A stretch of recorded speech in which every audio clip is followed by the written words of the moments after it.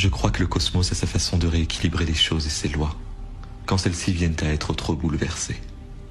Le moment que nous vivons, plein d'anomalies et de paradoxes, fait réfléchir. Dans une phase où le changement climatique causé par les désastres environnementaux a atteint des niveaux inquiétants. D'abord la Chine, puis tant d'autres pays sont contraints en blocage. L'économie s'écroule, mais la pollution diminue de manière considérable.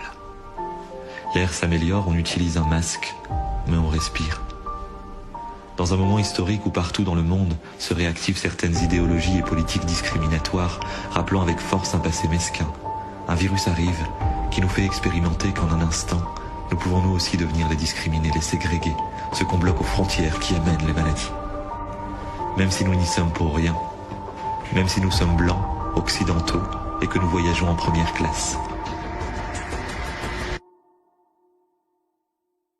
Dans une société fondée sur la productivité et la consommation, dans laquelle nous courons tous 14 heures par jour, après on ne sait pas bien quoi, sans samedi ni dimanche, sans plus de pause dans le calendrier, tout à coup, le stop arrive. Tous à l'arrêt, à la maison, pendant des jours et des jours, à faire le compte d'un temps dont nous avons perdu la valeur dès qu'il n'est plus mesurable en argent ou en profit. Sait-on seulement encore quoi faire ? Dans une période où l'éducation de nos propres enfants, par la force des choses, est souvent déléguée à des figures et institutions diverses, le virus ferme les écoles et nous oblige à trouver des solutions alternatives, à réunir les mamans et les papas avec leurs propres enfants.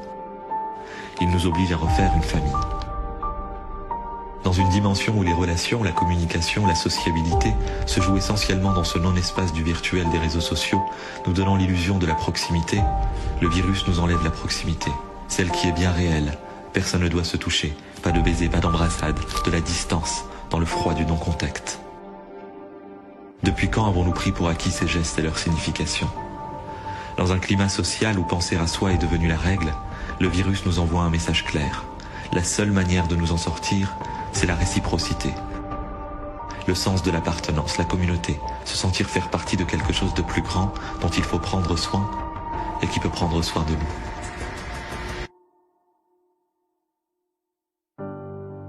La responsabilité partagée, sentir que de nos actions dépendent non pas seulement notre propre sort, mais le sort des autres, de tous ceux qui nous entourent, et que nous dépendons d'eux.